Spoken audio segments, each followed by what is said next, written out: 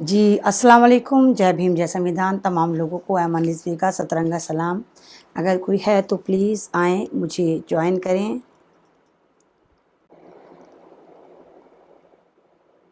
हम उनसे तो बेहतर हैं जो रूप बदलते हैं। हम उनसे तो बेहतर हैं जो रूप बदलते हैं। माना के ख़राशे हैं, चेहरा तो हमारा है। जिस तरह आपने कल बंगाल को देखा कि किस तरह बंगाल की एक फ़तह हुई, एक बहुत ज़बरदस्त एक ऐतिहासिक जीत ममता बनर्जी ने अपने हिस्से में डाली और एक इतिहास रचा कि वो पिछली दफ़ा से ज़्यादा सीट लेकर कामयाब हुई। लेकिन बीजेपी सरकार या आरएसएस सरकार किस तरह उनसे नाराज़ हो गई, किस तरह उसको लगा कि हमने कितनी ज़बरदस्त ड्रामेबाजी करी। ये एक ऐसी इलेक्शन का एक ऐसी स्टेट थी कि जहां बीजेपी ने तमाम चीज़ें झोंक दी थी।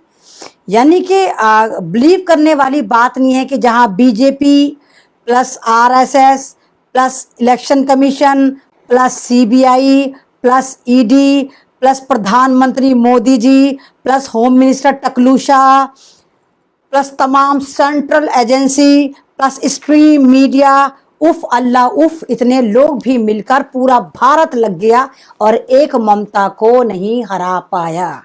क्यों? क्योंकि ममता तो ममता थी, ममता का पैकर थी, ममता तो माँ थी और माँ के लिए तमाम शक्तियाँ जमा हो जाएं वो माँ का मुकाबला नहीं कर सी। ये वाली बात ममता बनर्जी ने सिद्ध करी कि अगर माँ हो तो कितने नरभक्षी कितने राक्षस आ जाएं वो उसको हरा नहीं पाते।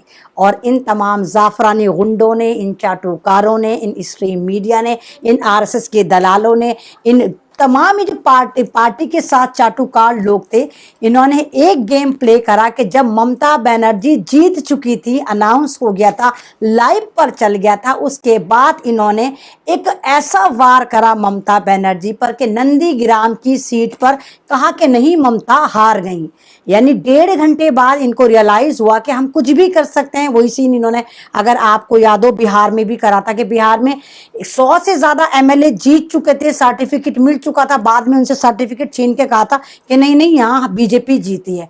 तो सेम बंगाल में पूरे में तो नहीं कर सकते थे, लेकिन नंदीग्राम की उस सीट पर जहां ममता बनर्जी लड़ी थी और दूसरा जो बंदा ईमान फरोश, एक दलाल, एक पूरा का पूरा ऐसा ईमान फरोश आदमी जो बिक गया था, ममता बनर्जी की पार्टी का था, और बाद में उस दागी और बागी एमएलए ने अपनी पूरी की पूरी इंसानियत बेच दी थी, अपनी वफादारी बीजेपी को दे दी थी कुछ पैसों के चक्कर में। और बीजेपी ने नंदीग्राम से उसी आतंकवादी को, भगवा आतंकवादी को, जो कभी टीएमसी के लिए काम करता था, टीएमसी ने उसको पहचान दी, टीएमसी ने उसकी औकात से ज्यादा उसको इतना दिया कि एक एमएलए बना के पूरी लोकेशन में उसकी एक पहचान बनवाई। उसी गद्दार दागी बागी एमपी ने बीजेपी को ज्वाइन करा। हो सकता है 20-50 करोड़ मिल गए हों, उतने उसके ख्वाब में भी नहीं आए हों, तो वहां पर उसको गद्दारी करके खड़ा करा गया। और जब ममता बनर्जी जीत गई तो बीजेपी वालों को लगा कि नहीं, हम ममता पे जाते जाते आखिरी बार जरूर करके जाएंगे,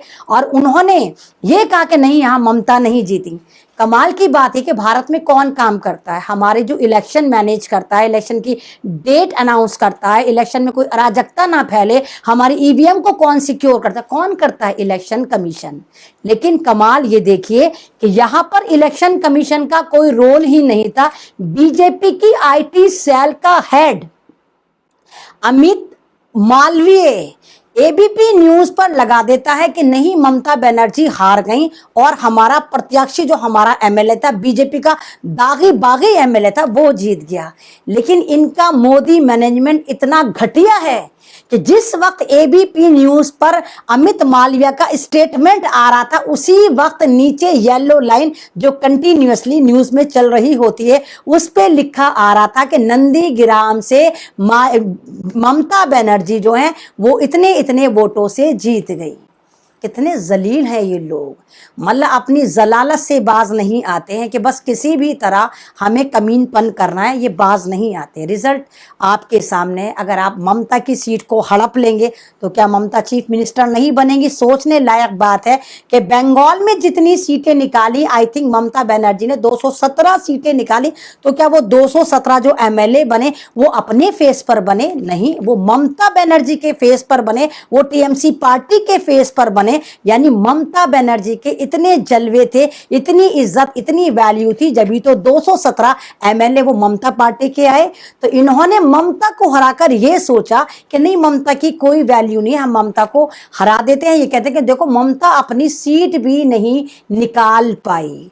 तो ये धांधली है कि इलेक्शन कमीशन मुंह पे दही चिपका के बैठा रहता है और तमाम बीजेपी के आईटी सेल जो हैं ये काम अंजाम देते हैं जो हमारे इलेक्शन कमीशन को करना चाहिए। आपने आसाम में देखो, आसाम में कितनी वीडियो ऐसी आ रही थी जहां मशीनें जो हैं वो किडनैप होके बीजेपी की गाड़ियों में जा रही थी, और इलेक्शन कमीशन क्या कह रहा था कि नहीं भाई, हमारे पास गाड़ी नहीं थी, खच्चर नहीं था, घोड़ा नहीं था, आदमी नहीं था, इसलिए वो तमाम मशीनें हमने बीजेपी के उन्हीं पार्षदों से कहा कि तुम ले जाओ क्योंकि तुम्हारे पास गाड़ियां हैं। व्हाट ए लॉजिक, क्या सियापा चल रहा है। और आसाम में भी कैसे बिल्कुल वही करा जो इन्होंने बिहार में करा था, आसाम में भी इन्होंने ऐसे ही लूट मार मचाई। कमाल यह है कि 10 जगह स्टेट में शायद इलेक्शन हुए थे, जिसमें से 7 जगह बीजेपी को जलील होना पड़ा, सिर्फ 3 जगह ये बन पाई। तो ये सारे के सारे ड्रामे इनके चल रहे हैं कि एक औरत को हराने के लिए पूरा मोदी मैनेजमेंट, पूरा इलेक्शन कमीशन, पूरी सीआईबी, ईडी, धमाके, फलाने स्ट्रीम चैनल सबको लगा दिया। लानत हो तुम्हारे ऊपर, तब भी तुम ममता को नहीं हरा पाए, जलील हो गए। ममता ने तुम्हें, तुम्हारे हरामीपन को धपड़धुस कर दिया। बंगाल में तुम्हारे मुंह काले कर करके तुम्हें ऐसी लात मारी कि तुम सबको उसी सीवर में घुसा दिया जहां से तुम बदबू फैलाते हो पूरे साल, पूरे 5 साल। और ममता ने कहा अब की बार ममता सरकार, तुम्हें कर दिया बाहर। तो ये सीन है कि कुछ भी करो, कहीं से भी लूटो खसीटो। ममता बनर्जी चीफ मिनिस्टर कल भी थी, ममता बनर्जी चीफ मिनिस्टर अब भी बनेंगी, और हम तमाम लोग आपके साथ उनको मुबारकबाद देते हैं। मुझे इतना सा भी अफसोस नहीं है, मुझे मालूम है कि ममता बनर्जी हार ही नहीं सकती, उनको जबरदस्ती फर्जीवाड़ा करके इन्होंने दोबारा हराया। एक बार कह दिया बंदे को तू जीत गया, 2 घंटे बाद नहीं तू हार गया। तो ये इतने बेमान लुच्चे लफंगों की पार्टी का नाम है बीजेपी पार्टी, जो हमारे ऊपर सत्ता में बैठी है। जबरदस्त पार्टी, जबरदस्त पार्टी, पूरी दुनिया में तुमने हमें भत पिटवा रखी है। जैसे मैंने आपसे कहा, कल भी मैंने कहा था कि बिहार के एक शेर थे शहाबुद्दीन, जो डॉक्टर शहाबुद्दीन भी थे और मेंबर ऑफ पार्लियामेंट भी थे, साबिक मेंबर ऑफ पार्लियामेंट, जो आज इसके लालू प्रसाद की पार्टी से थे और जिन्होंने लालू प्रसाद को लालू प्रसाद बनाया। उनके इतने जलवे थे, वो इतने शेर थे कि आज भी शहाबुद्दीन के एरिया में जाके आप शहाबुद्दीन को गलत नहीं बोल सकते। अगर वो गुंडे होते, वो क्रिमिनल होते, तो इलाके वाले तो उनको खुश होते ना, जब वो जेल में थे जब भी खुश होते, उनकी मौत पे भी खुश होते हैं। लेकिन ऐसा नहीं है, इलाके वाले उनकी इज्जत करते हैं, बहुत इज्जत करते हैं। उनको दिल्ली की जेल में कल मार दिया गया, 2 दिन पहले उनको कत्ल कर दिया गया, और वही आपदा में अफसर ढूंढा गया, एक ठप्पा वही जो इनका कारगर है कि कोरोना की मौत बताकर ये तमाम लोगों को निपटा रहे हैं और सिर्फ कोरोना कोरोना करे जा रहे हैं। शहाबुद्दीन को मारा गया, लेकिन उसके बावजूद उनकी डेड बॉडी को ना तो उनकी फैमिली को दिया गया, ना उनके गाँव भेजने के लिए तैयार हुई ये सरकार, क्योंकि इनको पता है कि डेड बॉडी गांव जाएगी तो हो सकता नजर आ जाए वो जख्मों के निशान नजर आ जाएं जो सरकार ने उनको टॉर्चरिंग करी होगी जेल में। उनको पता नहीं, हो सकता है उनको जहर का इंजेक्शन दिया, या हो सकता है उनके भी दिल गुर्दे फेफड़े निकाल रखे हो। इसलिए सरकार ने कहा नहीं, हम शहाबुद्दीन की जो डेड बॉडी है वो नहीं देंगे, और दिल्ली के कब्रिस्तान में आज उनकी तदफीन हो गई। तो ये एक बहुत बड़ा नुकसान है उन लोगों के लिए जो बड़े खुश खुश बैठे हैं और सोच रहे हैं कि नहीं कुछ नहीं होगा। अब वो लोग अपनी अपनी बारी का इंतजार करें कि इनके हाथ में एक आपदा में अफसर नाम का कोरोना लल्ला हाथ में आ गया कि जो भी इनका एंटी होगा उसको ये टपका देंगे और कोरोना का ठप्पा लगा देंगे। जेलों में जितने बड़े बड़े लीडर हैं सबको मारा जाएगा। लालू प्रसाद के साथ इनकी डीलिंग पहले ही हो गई थी, क्योंकि अगर आपको याद हो, अगर आप जाकर मेरा उस वक्त का लाइव सुनते हैं जब बिहार में इलेक्शन चल रहा था, मैंने तब भी आपसे कहा था कि किसी वक्त भी लालू प्रसाद बाहर आ सकते हैं, क्योंकि आरएसएस और बीजेपी के साथ लालू प्रसाद की डीलिंग हो गई है। लालू प्रसाद यादव की पार्टी ने यानी तेजस्वी यादव ने 3 आरएसएस के बंदों को एमएलए का टिकट दिया था बिहार से, और उसके बदले में इनकी डीलिंग हुई थी कि लालू प्रसाद बाहर आएंगे, और लालू प्रसाद बाहर आ गए। क्योंकि अगर लालू प्रसाद इनका कहना ना मानते, पार्टी आरएसएस को टिकट ना देती, तो हो सकता है अगला नंबर लालू का होता और लालू प्रसाद को भी मार दिया जाता। क्योंकि तेजस्वी ने हाथ मिला लिया था आरएसएस से, इसलिए उसकी वजह से लालू प्रसाद की जिंदगी को इस सरकार ने बख्श दिया है, और कल लालू प्रसाद बाहर आ चुके। अब जितने भी बड़े बड़े नेता, राजनेता, पॉलिटिशियन जितने जेल में, वो अपने नंबर का इंतजार करें कि अगला नंबर किसका है। अब शायद इस बार टकलू जो है, मुख्तार अंसारी जो हैं, जो बहुत बड़े, जिनको एक क्रिमिनल सरगने कहते हैं। कमाल की बात है ना, बीजेपी में अगर आप रेप करते हैं तो आप पवित्र हैं, आप मर्डर करते हैं तो भी आप पवित्र हैं, आप तमाम इतिहास रचते हैं, तमाम गंदगी फैलाते हैं, आप पवित्र हैं। लेकिन अगर वही काम दूसरा बंदा या दूसरी पार्टी का कर देता है तो वो मुजरिम कहलाता है। तो सेम यही कहानी है। आपके शायद मुख्तार अंसारी का नंबर हो, उसके बाद शायद आजम खान पे हाथ साफ करें। जितने भी बड़े बड़े लीडर हैं, जितने भी मासूम मजलूम मुसलमान जेलों में बंद हैं, अब के उनका नंबर है, उनको कोरोना के नाम पे निपटाया जाएगा।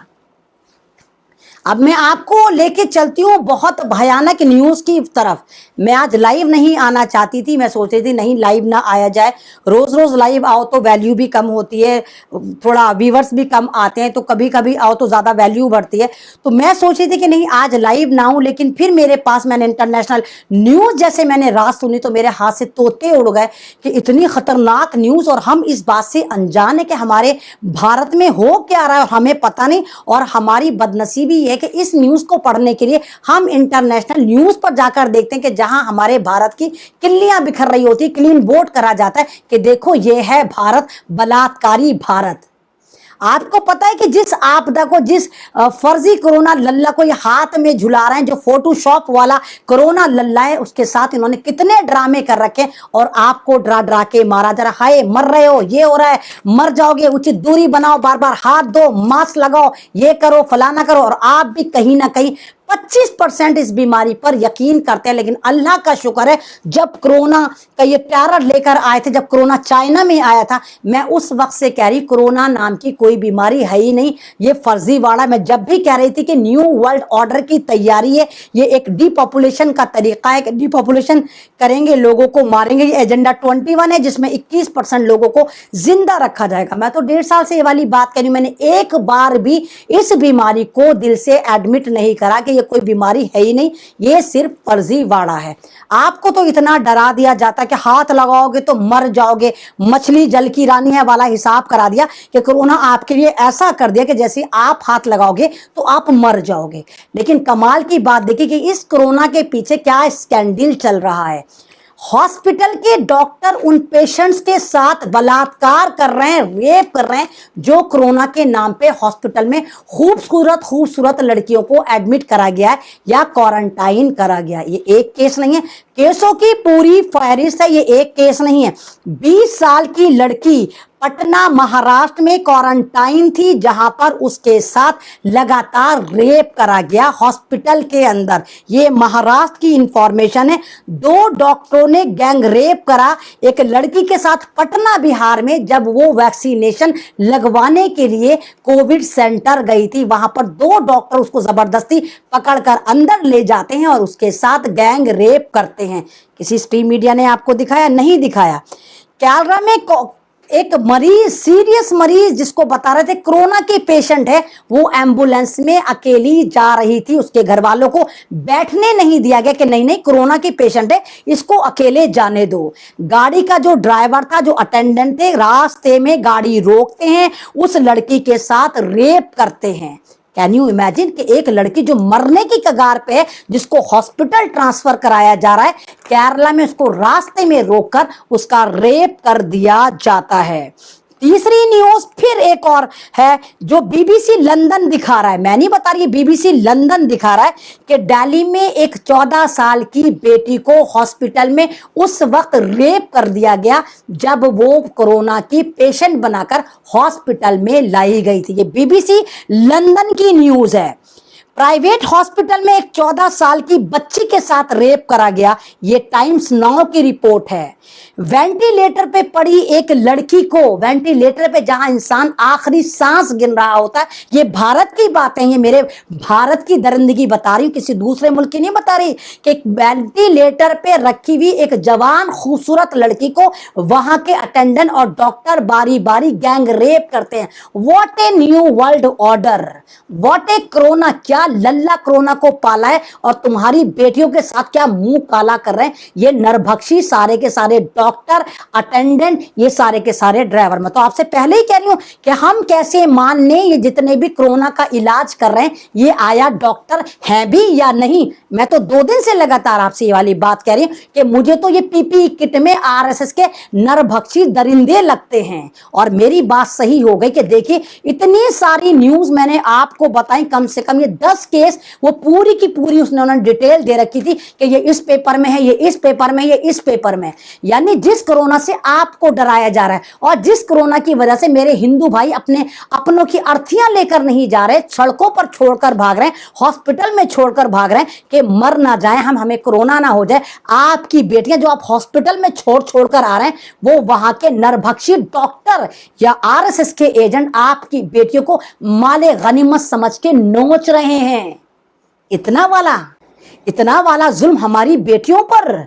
कौन सा कोरोना है कि तुम्हें हर जगह आपदा में अफसर सूझ रही है, तुम हर चीज को आपदा में अफसर बना रहे हो कि एक तरह तो तुम इस बीमारी को ऐसे कह रहे हो, लेकिन जब उस लड़की के साथ गलत काम करते हो तब कोरोना नहीं होता। कौन सी बेटियां हैं ये जिनको तुम हॉस्पिटल में लूट रहे हो? 10 न्यूज तो ये मेरे पास हैं अलग अलग स्टेट की, ना मालूम कितनी ऐसी न्यूज होंगी जो पेपरों की जीनत नहीं बनती होंगी, इंटरनेशनल उन पर नजर नहीं होती होगी। और कमाल की बात है, इनमें से एक भी न्यूज मेरे भारत के किसी यूट्यूब चैनल पर, मेरे भारत के किसी स्ट्रीम चैनल पर, मेरे भारत के किसी न्यूज पेपर की हेडिंग नहीं बनी। और तमाम लड़कियां ये देखिए कि कोई 20 साल की, कोई 17 साल की, कोई 14 साल की, जिनके साथ ये तमाम हरकतें की गई, कहीं गैंग रेप करा गया, कहीं रेप करा गया।